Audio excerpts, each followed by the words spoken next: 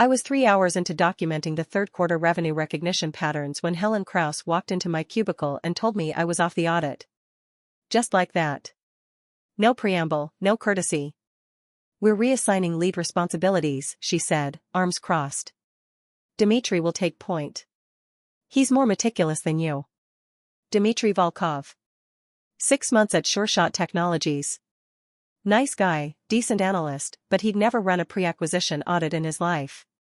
Meanwhile, I'd spent 11 months building the compliance framework that kept our SaaS revenue reporting clean enough to pass muster with the auditors who'd be crawling through our books during the buyout talks. I looked up from my spreadsheet. The cursor was blinking on row 347 of a reconciliation that tracked contract booking dates against service delivery timelines. What about the reconciliation protocols I set up? Dmitri will figure it out. Helen's tone suggested the conversation was over. We need fresh eyes on this.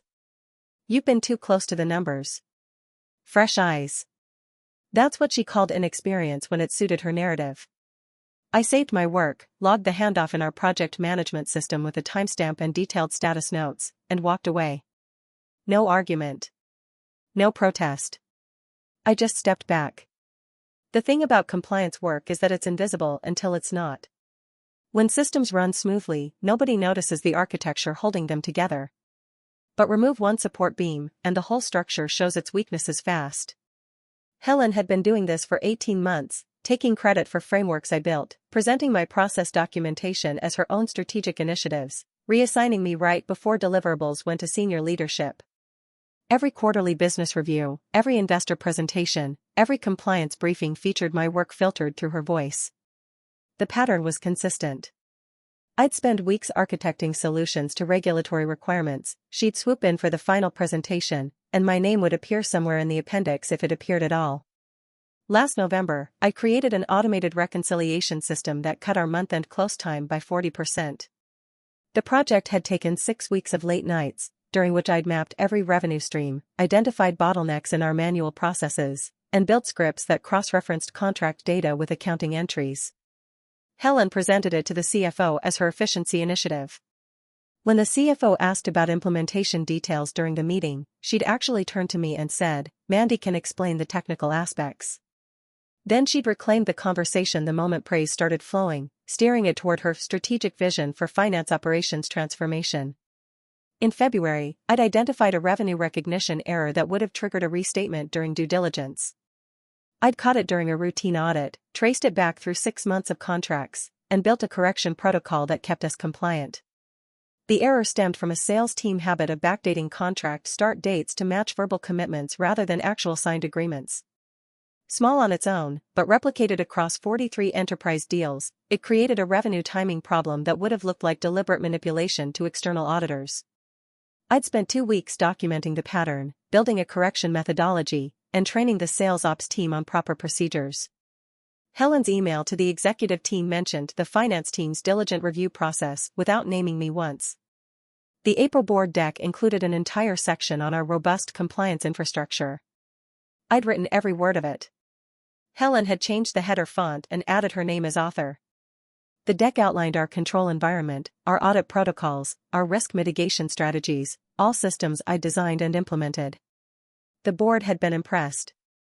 The CEO had mentioned it in the all-hands meeting as an example of finance leadership excellence. But I documented everything. Every email thread. Every meeting note. Every version-controlled file with timestamps showing who'd actually created the content. I kept copies of contract terms, project charters, and the original offer letter that specified my role as senior compliance analyst with explicit ownership of audit framework development. I wasn't being paranoid. I was being prepared. My digital filing system had multiple layers.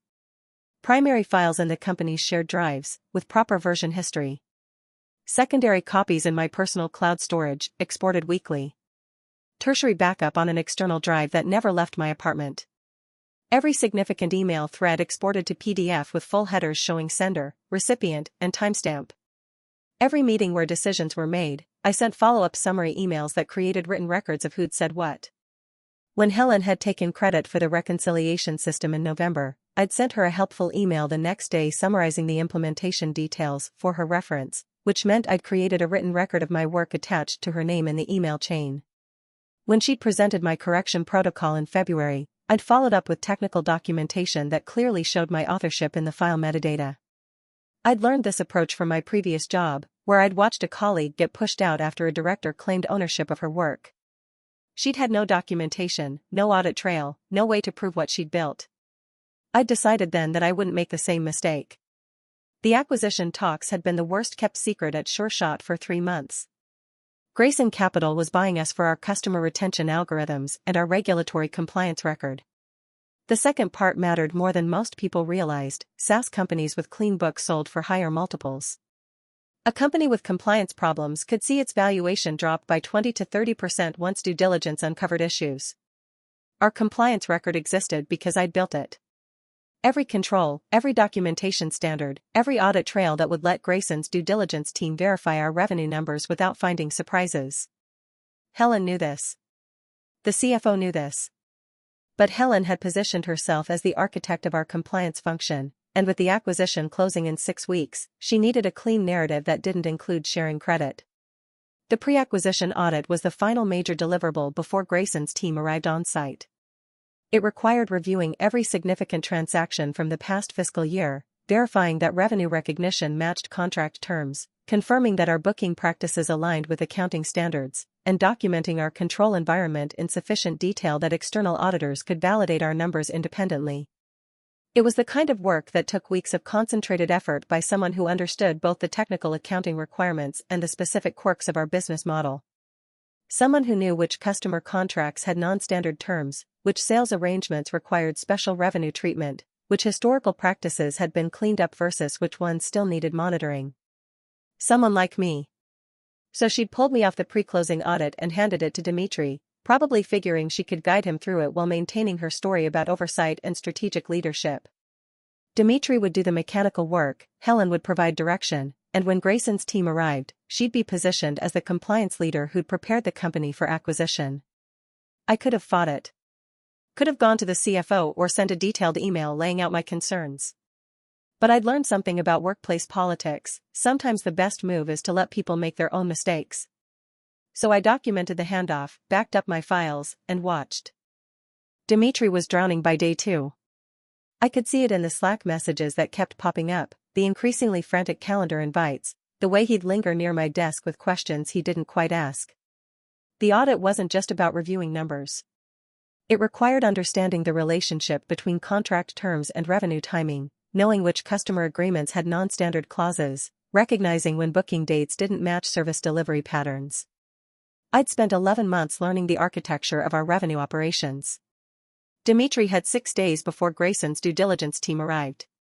On Tuesday morning, he'd sent a Slack message, quick question about the contract review checklist. Do I need to verify delivery dates for all service agreements or just ones over $100,000? The answer was more complicated than a quick Slack response could cover. The threshold wasn't based on contract size but on contract structure. Service agreements with usage-based pricing needed delivery verification regardless of size because revenue recognition depended on actual consumption. Fixed-price agreements only needed verification if they had multi-year terms or delayed start dates.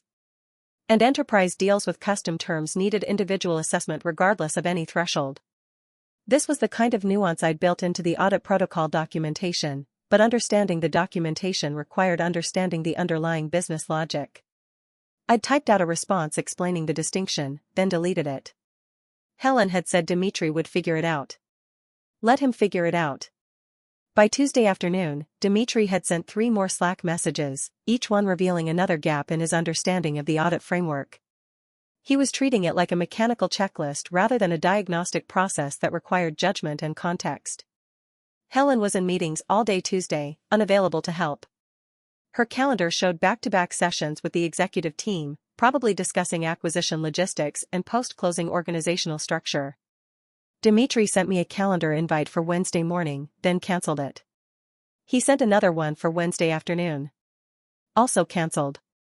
I worked on other projects. Filed some overdue expense reports. Organized my digital files into a very specific folder structure, one that would make it easy to locate and export documentation if needed. Updated my personal copy of the compliance framework with detailed annotations about design decisions and implementation history. Wednesday evening, Dmitri stayed until 9 p.m. I saw his desk light from the parking lot when I left. The finance area was otherwise dark except for the emergency exit signs casting their green glow across empty cubicles. Thursday morning, I got into the office at 7:30. The building was quiet, just a few early arrivals scattered across different floors. I made coffee in the break room, checked my email, and found a compliance alert in my inbox timestamped at 6:47 a.m.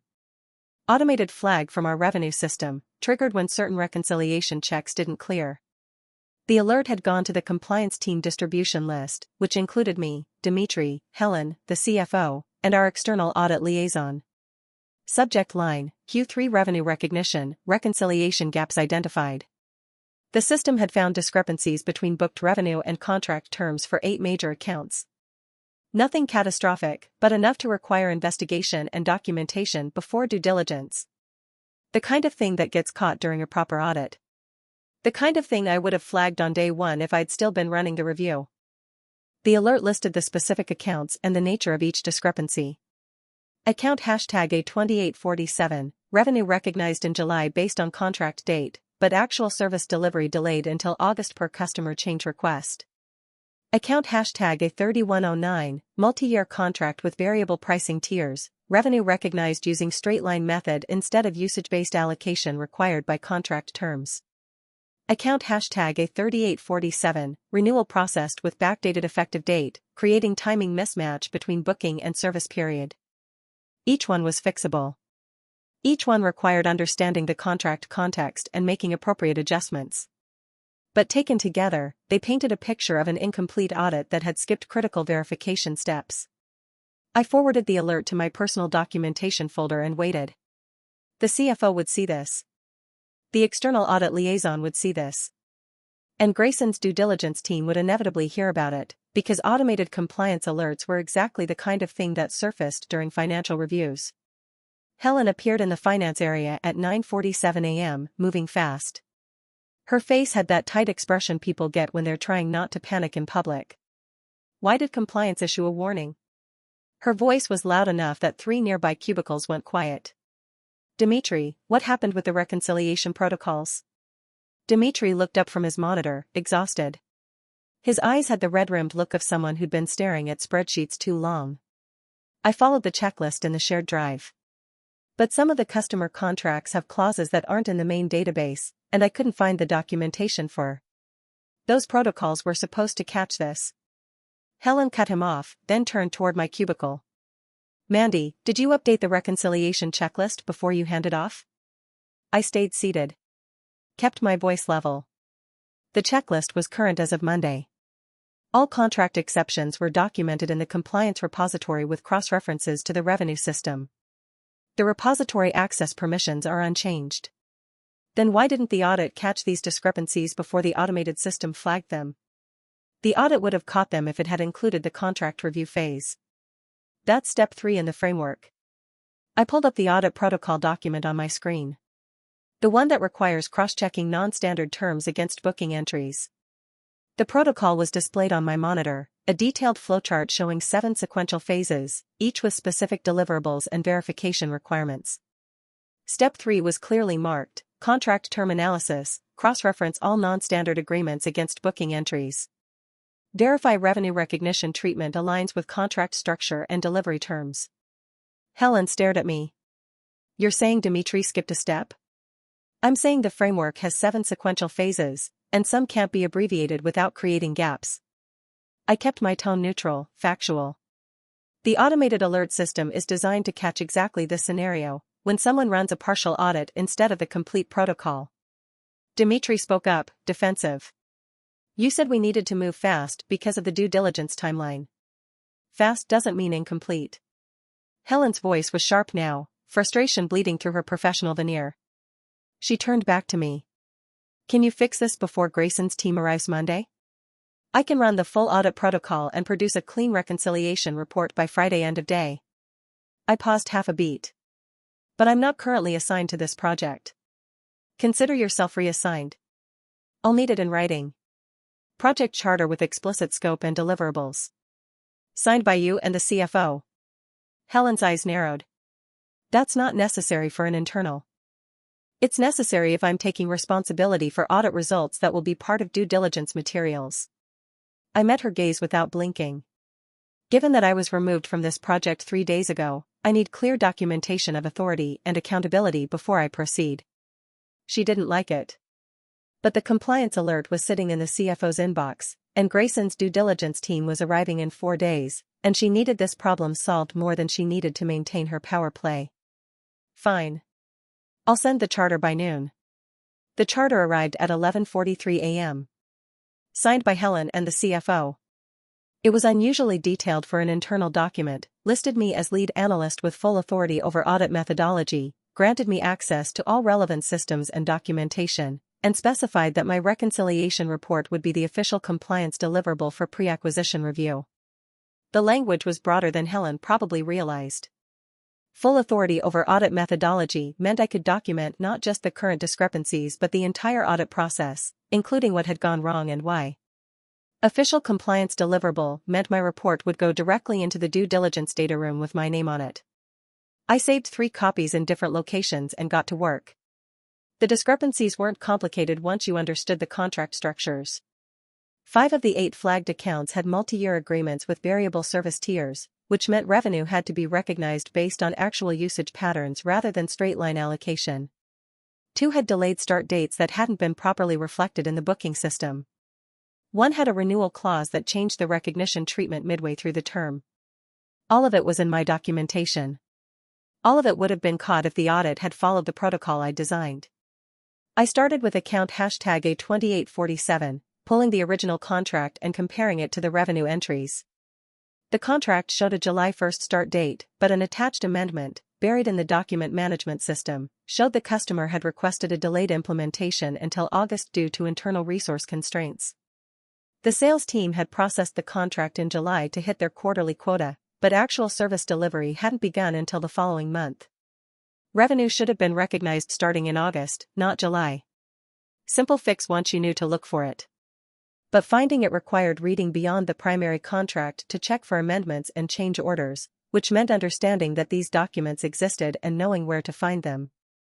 I documented the correction, built a supporting schedule showing the proper revenue timing, and moved on to the next account. Account #A3109 was more complex. Enterprise customer with a 3-year agreement and pricing that varied based on usage tiers. The contract specified that revenue recognition should follow actual consumption, with quarterly true-ups based on usage reports. But the revenue entries showed straight-line recognition, same amount every month regardless of actual usage. The error had likely happened because straight-line was the default method in our accounting system, and whoever had processed the contract hadn't flagged it for special treatment. Easy mistake if you didn't read the fine print. Significant problem if external auditors found it. I pulled 12 months of usage reports, recalculated the proper revenue allocation for each quarter, and built a correction schedule that showed the before and after treatment. The net impact was minor, timing differences mostly offset across the full year, but the methodology mattered more than the numbers. Grayson's team would want to see that we understood our own contracts and applied appropriate accounting treatment. I worked through Thursday afternoon and evening, rebuilding the reconciliation trail that should have been completed before the compliance system ever ran its automated check. Each account required pulling contracts, reviewing amendments, checking delivery documentation, and recalculating revenue timing. The work was meticulous but straightforward if you knew the system. By Thursday night, I'd processed 6 of the 8 flagged accounts. The patterns were consistent, small errors stemming from incomplete contract reviews, all fixable with proper documentation. I left the office at 11 p.m., went home, slept 5 hours, and came back Friday morning to finish. The last 2 accounts took most of Friday morning. Account #A3847 had a renewal processed with a backdated effective date, a common sales practice to align renewals with original contract dates, but one that required careful revenue treatment to avoid booking revenue before services were actually delivered. Account #A4012 had a mid-contract pricing change that affected revenue recognition going forward but hadn't been properly reflected in the system. By noon Friday, I had clean numbers and a comprehensive reconciliation report. The report was 43 pages, including executive summary, detailed methodology, account-by-account analysis, correction schedules, and supporting documentation. Every adjustment was explained with reference to specific contract terms and accounting standards. Every calculation was shown with full transparency so external auditors could verify the work independently. I also included a section titled Audit Process Review that explained the reconciliation protocol framework, outlined the 7 sequential phases, and noted that the automated compliance alert had been triggered because Phase 3 had been skipped during the initial audit. I didn't explicitly blame anyone, but the timeline was clear: audit reassigned Monday, alert triggered Thursday, full protocol completed Friday. The metadata on the document showed my name as author, my email as creator, and timestamps for every major revision. The version history would show that I'd built this from scratch in 36 hours. I delivered it to Helen at 2 p.m. Friday. She skimmed the executive summary, and I watched something shift in her expression, relief mixed with irritation at needing me. This will work for due diligence? It's comprehensive. Grayson's team will be able to verify every number against source documents. No surprises. She nodded slowly, flipping through the detailed sections. Good work getting this turned around on short notice. I didn't respond to the implied compliment. Just waited. I'll present this to the CFO this afternoon and make sure Grayson's team has it Monday morning. And there it was. She was already positioning herself as the one who'd rescued the situation, smoothing over the near miss with her quick action and leadership. I'd expected this. I'd counted on it, actually. I've already sent the report directly to the CFO and the external audit liaison, I said. Per the project charter authority you signed. The file metadata shows authorship and creation timestamps, and I've documented the methodology in sufficient detail that any qualified auditor can verify the work independently. Helen's expression went cold. I'm still the primary contact for compliance matters with Grayson. Of course. You're welcome to present the findings. But the report is already in the due diligence data room with my name on it, and Grayson's team will have questions about methodology that will need to come directly to me. It wasn't a threat. It was just a fact. And we both knew what it meant. She'd spent 18 months building a narrative about her compliance leadership. Now Grayson's team would arrive on Monday, pull my report from the data room, see my name as the author, and direct their technical questions to me. The narrative would unravel as soon as they started asking who'd actually built the systems they were reviewing. Helen set the report down on my desk. We'll discuss your role in the presentation on Monday. I'll be available for whatever Grayson's team needs. She walked away without another word. Monday morning, Grayson Capital's due diligence team set up in the large conference room on the 3rd floor and started their systematic review of our financial controls. 3 analysts and a senior auditor, all carrying the kind of detail-oriented intensity that made weak documentation crumble. They'd arrived with laptops, printed copies of our financials, and a multi-page checklist that outlined their review process. The senior auditor was a woman named Carolyn Winters, mid-40s, precise manner, the kind of person who'd built a career finding problems other auditors missed. They spent the first 2 hours on revenue recognition. Asked pointed questions about our contract management process, our booking procedures, our reconciliation protocols. Helen fielded the initial questions, providing high-level overview of our compliance function and the controls we'd implemented over the past year. But within 30 minutes they were asking for specifics that required technical knowledge Helen didn't have.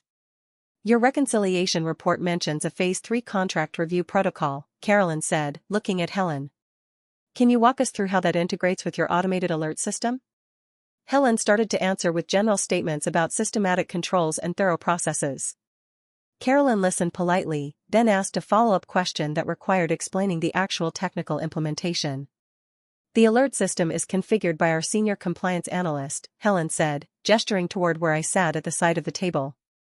Mandy can explain the technical architecture. Carolyn turned to me. You built the alert system? Yes. It's part of a broader compliance framework that includes automated monitoring of revenue transactions, contract term compliance, and booking procedure adherence. The alerts trigger when transactions don't match expected patterns based on contract terms and accounting standards. And the Phase 3 protocol that caught these Q3 discrepancies? That's the contract review phase. It requires cross-referencing all non-standard agreements against booking entries to verify that revenue recognition treatment aligns with contract structure and actual service delivery. The protocol includes checklist items for multi-year contracts, usage-based pricing, delayed start dates, and other common variations from standard terms. Carolyn made notes. How long did it take to build this framework? Initial implementation was about 4 months. Ongoing refinement and expansion over the following 7 months as we identified additional control points and risk areas. Your audit framework is unusually thorough for a company this size, she said. Most organizations at SureShot's revenue level have much more basic controls. How long have you had this level of documentation in place? 11 months. I built the framework when I joined as senior compliance analyst. And the reconciliation protocols that caught the Q3 discrepancies? Those are part of the core framework. The automated alert system is designed to flag gaps when standard procedures aren't followed completely. She made more notes. Asked more questions. About methodology, about implementation history, about how the various components of the framework integrated with each other. Helen stayed in the room but contributed less and less as the conversation went deeper into technical territory. The due diligence team's questions were specific, detailed, and directed at me.